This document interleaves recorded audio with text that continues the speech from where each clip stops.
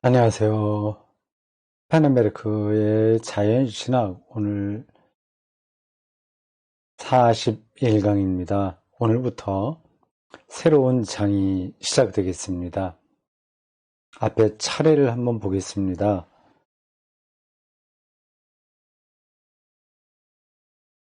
이렇게 돼 있어요. 차례. 편집자 서문 빼고 파넨베르크가 쓴 아티클이 7개 있습니다. 오늘 우리가 할 차례가 네 번째 아티클입니다. 우발성과 자연법칙이네요.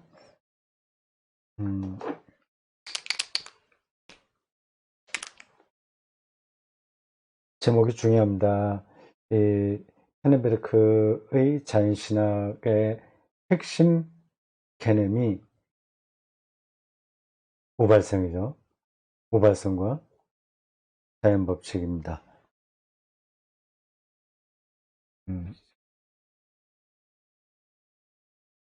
우발성과 자연법칙. 글씨가 개발쇠발 됐네요.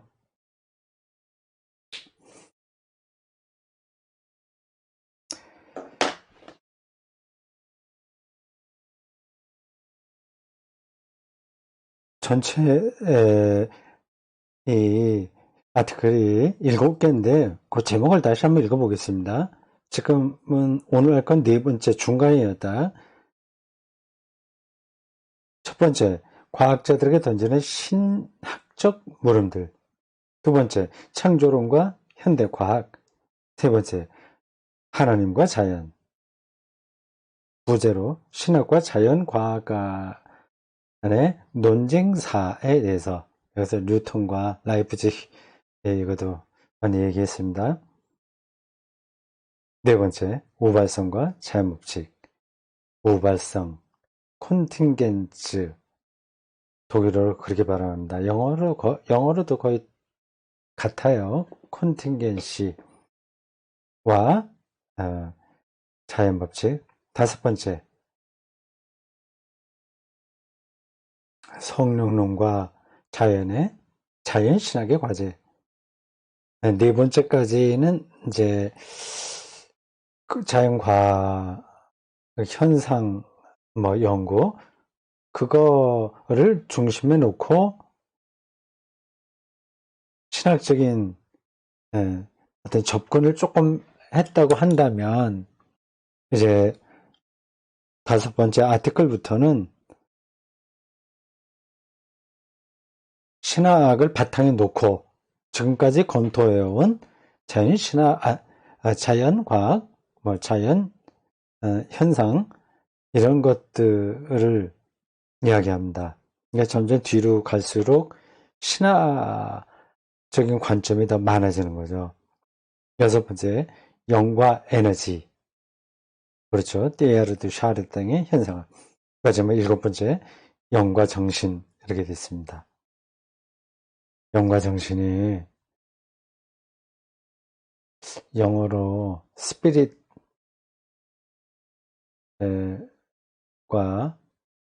영이라면 스피릿이라고 하겠죠. 그 다음에 정신은 뭘로 번역하나요? 영어로 정신이 뭔가? 마인드인가? 마인드? 모르겠습니다. 예, 독일어로는 똑같은 단어거든요. 정신, 이거는 다 가이스트, 독일어 그렇게 됩니다. 헬라어로는 차이가 있을 거고요. 하여튼 그때 가서 좀 설명을 듣도록 하겠습니다. 오늘 보게 될 네 번째, 이 아티클의 양이 굉장히 많습니다. 앞에서 말씀드린 대로 이 우발성이 하넨베르크에게서 볼 수 있는 자연신학의 핵심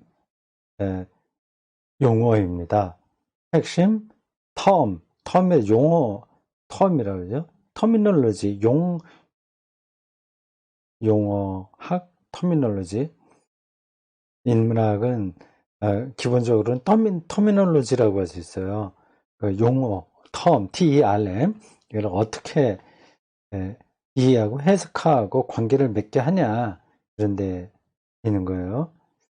그 핵심 용어가 우발성이라서 이 4장을 굉장히 길게 썼습니다. 가지고 있는 이 책에 그 쪽수 나온 거를 계산해 보니까 최소한도 70쪽 이상이 됩니다. 이 책으로 70쪽 이상. 그렇다면 뭐 두껍지 않은 책, 약간 얇은 책 한 권 정도 해당합니다. 우리가 네 번째 아티클 이제 시작하는데 상당한 기간 이걸 읽어야 되겠습니다. 요것만 잘 파악해도 파넨베르크의 자연신학의 핵심을 우리가 딱 아는 거다 할 수 있습니다. 우리가 뭐 얼마나 그거를 이해할 수 있을지 모르지만 일단 중심을 우리가 따라가는 거다 생각하면 됩니다. 파넨베르크의 그 자연신학을 우리가 다 따라간다고 해서 그게 정답은 아닙니다. 정답에 가까이 가는 거죠.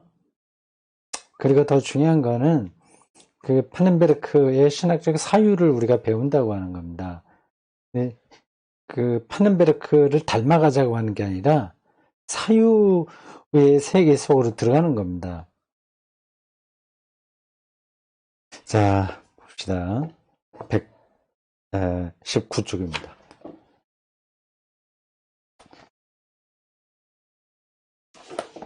우발성과 자연법칙 이렇게 되어 있습니다. 자연법칙이 이렇게 원인 결과가 탁탁탁탁 맞아떨어져서 진행되는 게 아니라 우발적인 것에 개입으로 나간다는 거죠. 그러니까 짧은 부분, 좁은 부분만 보면 이게 기계적으로 잘 이제 과학적인 실증 계산 이걸로 가는 것 같지만 길게 보면 오히려 우발성이 자연의 속성이다. 근본적 속성이다. 이걸 얘기하려고 하는 거 아닐까요?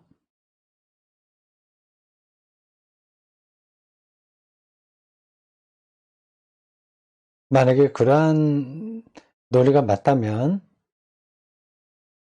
신학이 말하는 하나님의 세계 통치를 이 우발성 개념의 근거에서 설명할 수 있는 겁니다. 하여튼 제가 알고 있는 아주 기본 골격은 이런 거예요.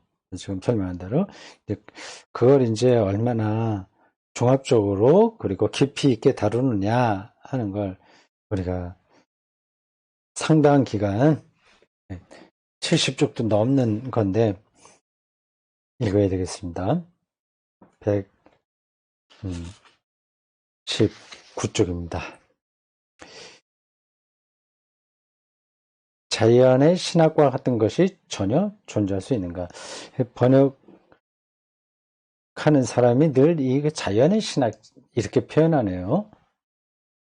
물론 이 영어로 된 책 편집자가 영어로 편집해 놓은 사람이 Theology of Nature 이렇게 했겠죠. of Nature. 그러니까 의의가 들어가는데 그건 자연스럽지 못한 번역입니다. 의의가 들어가야 좋을 때가 있고 그렇지 않을 때가 있거든요. 근데 이럴 때는 자연신학 해야 됩니다. 보통 신학에서 자연신학, 뭐 계시신학, 창조신학 뭐 이렇게 얘기하지 뭐 계시의 신학, 뭐 독일어나 영어로는 그렇게 표현하죠. 오후라든지 뭐 하여튼 독일어는 이제 다른 방식으로 전치사 쓰지 않고 다른 걸로 방식으로 하는데 우리말로는 그게 어색한 겁니다. 이렇게 자연의 신학, 뭐 계시의 신학, 창조의 신학, 여성의 신학 그렇게 하지 않고 의의를 빼야지 자연스럽습니다. 여성신학, 창조신학, 계시신학 뭐 그렇죠. 그런 것처럼 여기도 이 습관적으로 이 번역한 사람이 그 의의를 붙였더라고요. 좀 고치는 게 나을 것 같습니다. 자, 우리 읽을 때 제가 의를 붙일 때도 있고 안 붙일 때도 있을 테니까 그건 알아서 여러분들 따라오면 되겠습니다. 자연신학과 같은 것이 과연 전혀 존재할 수 있는가? 전혀보다 과연 이런 게 나을 것 같은데 어쨌든 어색하죠? 이게 이렇게 부사를 이렇게 붙여놓으면 자연의 신학과 같은 것이 전혀 존재할 수 있는가? 우리말 같이 안 들려요. 자연신학과 같은 것이 과연 존재할 수 있는가? 이러면 이제 자연스러운 거죠. 이와 같은 류의 시도에 반대하고 있는 것은, 자연신학을 반대하는 것은 자연과학에 정통한 회의주의만은 아니다.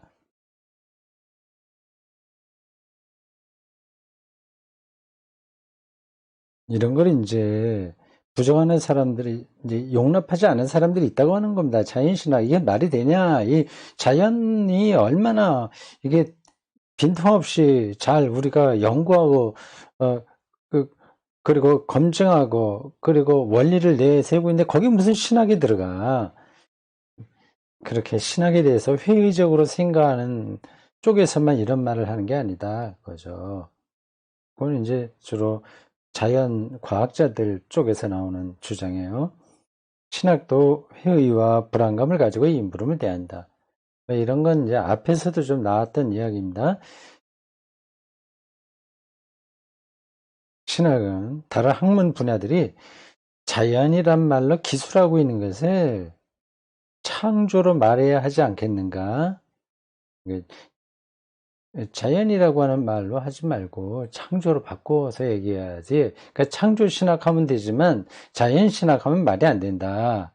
그렇게 신학 쪽에서도 얘기하는 사람들이 이제 있다는 겁니다. 많죠. 이 용어상의 차이는 신학적 사유를 구별시켜주는 지표로서 신학을 자연과학과 모든 자연 철학으로부터 분리시켜내는 것은 아닌가? 결국 그러면 이제 단절되는 거 아니냐. 파넨베르크가 그런 주장에 대해서 어떤 주장이요? 자연신학이라고 하는 게 가능하겠냐 하는 그런 회의적인 시각에 대해서 좀 문제를 제기하는 겁니다. 그러나 그와 같은 구별된 특이성의 문제가 무엇을 의미하든지 간에 그 구별, 분리, 앞에서는, 예, 알겠습니다. 신학적 사회를 구별시켜주는, 그 구별을 얘기하는 거군요. 구별이 신학과 자연 지식 간의 단절을 받아들이는 구실로 삼아져서, 구실로 받아들여져서는 안 된다.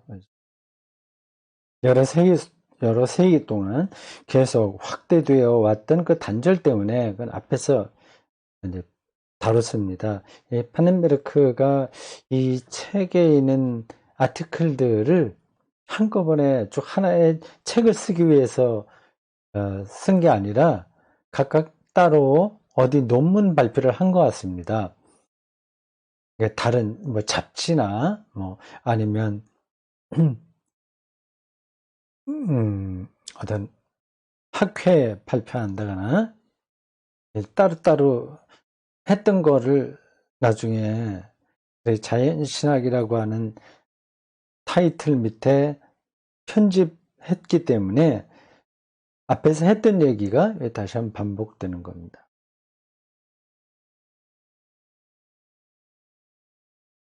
여러 세기 동안 확대되어 왔던 그 단절 때문에 오늘날에는 거의 양자 간의 가교가 만들어질 수 없는 것처럼 보이는 지경에 이르렀다. 만일 기독교 신앙의 유일신 하나님이 또한 자연의 주님이라고 한다면 맞는 거잖아요. 그렇게 고백하고 있잖아요. 우리는 그와 같은 단절된 벽을 용인하는데 안주할 수 없을 것이다. 그러므로 우리가 창조라는 주제를 다루면서 그러한 단절을 창출해내고 있다면 그것은 잘못이다. 자연과학이 얘기하는 그 자연에 대한 현상과 원리에 대해서는 기독교가 눈을 감고 자기 입장에서만 교의학적으로 도그마틱하게 바르트가 거기에 선봉적인데 그 창조라는 개념 안에서만 이야기하면 좀 곤란하다고 얘기입니다. 전달이 됐죠? 제가 정확하게 표현이 되는지 모르겠습니다. 그러므로 이러한 상황 속에서 신학이 이행해야 할 근본 과제는 자연신학으로 적절히 표현된다고 보인다. 네, 이거 잔소리처럼 또 해서 미안합니다. 번역자에게. 자연의 신학은 앞에서 얘기했고요. 적절히 표현된다고 보여진다. 이런 표현들은 이상한 겁니다. 이거는 보여가 벌써 수동태거든요. 진다 하면 또 수동태예요. 그러니까 이중 수동태가 됐거든요. 우리 습관적으로 그렇게 말했을 때가 있습니다. 어떤 목사님도 설교할 때 그래 이중 수동태를 많이 사용해요.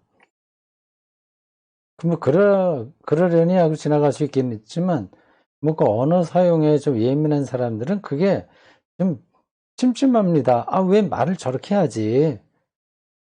그런 생각이 드는 거죠. 그게 이제 자기도 모르게 그렇게 합니다. 그러는 경우가 많습니다. 지금 딱 떠오르진 않는데 하여튼 그런 걸 제가 많이 읽기도 하고 듣기도 했습니다. 목사님들 설교에서. 근데 이 학자들도 그렇게 표현할 때가 있어요. 적절히 이 자연신학으로 적절히 표현된다고 보여진다. 보여진다는 무슨 보여진다야? 보인다 하면 되지. 보인다. 그리고 된다고도 수동태거든요. 된다고. 그리고 보여도 수동태고, 진다도 수동태고, 수동태가 이게 3번이나 연달아서 나온 문장들은 우리나라 말로는 어색한 겁니다. 예. 어쨌든 뭐 무슨 뜻인지 우리가 알겠어요. 우리 신학이 중요한 업무로 알아야 될 거는 자연신학을 이거 붙드는 거다, 회복하는 거다 하는 겁니다. 이런 말이 맞다. 자연신학. 이 개념과 더불어 창조 개념 또한 결코 포기될 수 없다. 그러니까 자연신학, 창조신학 이걸 같이 가는 거죠. 창조 개념은 자연신학이 일구어낼 가능성과 가능한 성과를, 즉 자연의 실제,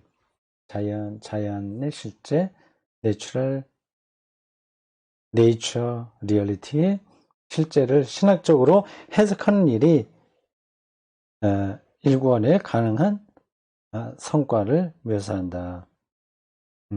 이것도 자연스러운 문장은 아닌데 뭐 대충 우리가 이해는 하겠습니다.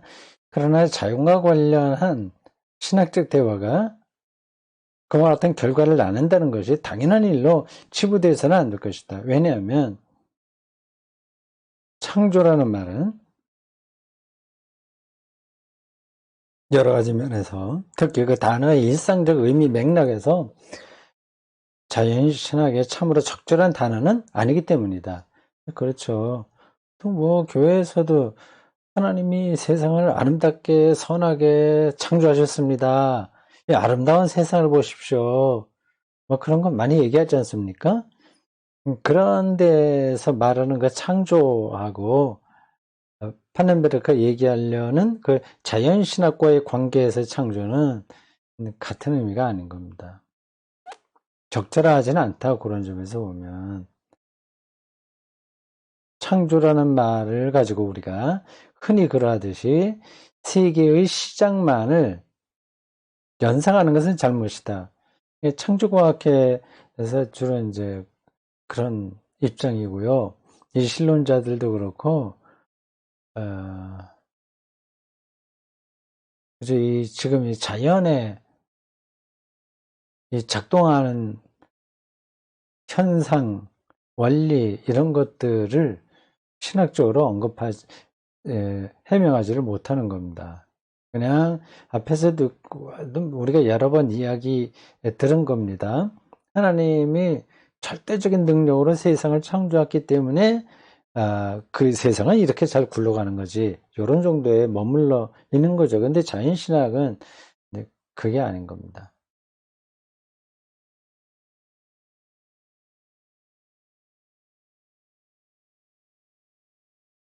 그와는 대조적으로 자연신학은 자연을 그 전체 과정에서 전체 과정에서 자연과학자들은 전체 과정에서 보진 않아요. 그 자기 앞에 놓여 있는 그 한계에서만 보는 거죠. 전체 과정 속에서. 그리고 그 자연이 시작한 역사를 포함하여 자연의 역사요. 포함하여 그의 현재 상황 속에서 제시해야 할 것이다. 하나님은 아름답고 선하게 세상을 창조하시고 7일 만에 안식하셨고 뭐 그런 것으로 끝나면 안 된다는 거죠.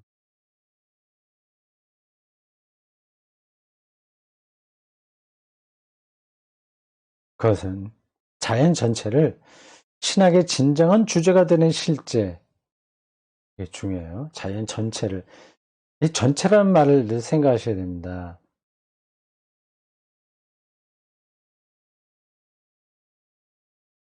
전체. 과학자들은 전체를 보지는 못합니다. 뭐, 왜 전체 못 보냐? 지금 우주도 보고 뭐, 대단하게 이렇게 하고 있는데, 그건 지금까지의 세계를, 지금까지 알려진 과학 방식으로 연구하는 것 뿐입니다. 앞으로 만년 후에까지는 말을 못하는 거죠. 그때는 또 어떤 방식으로 세계를, 우주를 탐구할지 지금 과학자들은 모르죠. 2000년 전 그 당시에 과학자들이 뭐 철학자 뭐 다 포함하여 다 그 학자들이 나름으로는 대단하게 이 세계를 들여다봤습니다. 근데 우리 지금 2000년 후에 지금 살고 있는 사람들이 우주 망원경, 전자현미경을 통해서 미시와 거시를 새롭게 더 보고 있지 않습니까? 그런 것처럼 지금 우리도 미래 몇만 년 후에 이 세계를 어떤 방식으로 과학자들이 접근할지, 그리고 세계가 어떤 모습으로 우리들에게 나타날지, 그건 모르는 겁니다. 그것까지는 다 포함해서 전체라고 하는 거예요.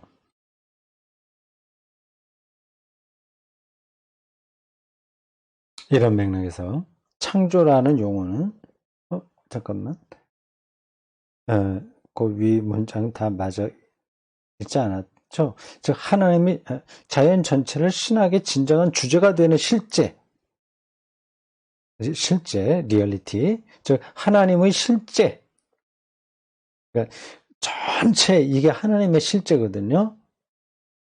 그러니까 하나님의 실제에 관계시키는 작업이 될 것이다.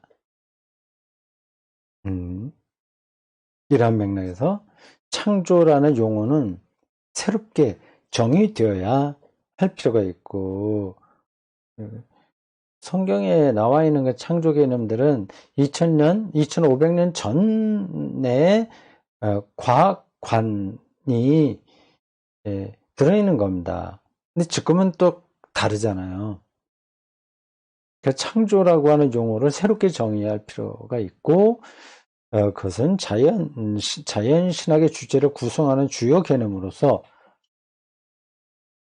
그 용어의 적절성을 확보해내는 작업이 될 것이다. 창조라는 용어를 새롭게 정의해야 된다. 이게 정적이고, 그리고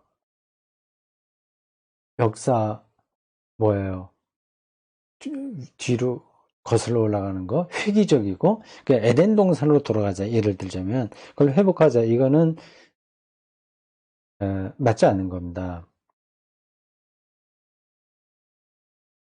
창조 개념이 굉장히 정적이고 좀 협소하고 교육학적인 교육학적이라는 표현 제가 써서 전달이 잘 안 될 것 같은데, 하여튼 교회 중심으로 신앙 고백적으로만 받아들이는 그걸 이제 탈피해야 된다는 거죠.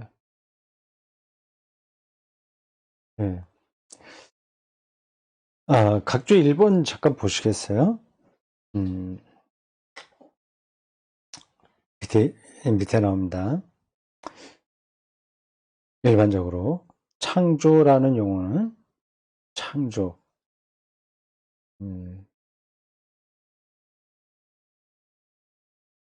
하나님이 창조했다. 창조. 굉장히 그런 종교적 색채가 강한 것으로 알려져 있죠. 창조라는 용어는 세계의 태초를 의미하는 어휘로 생각되는 한계를 안고 있기 때문에 되게 그런 거예요. 태초에 하나님이 세상을 창조하시니라.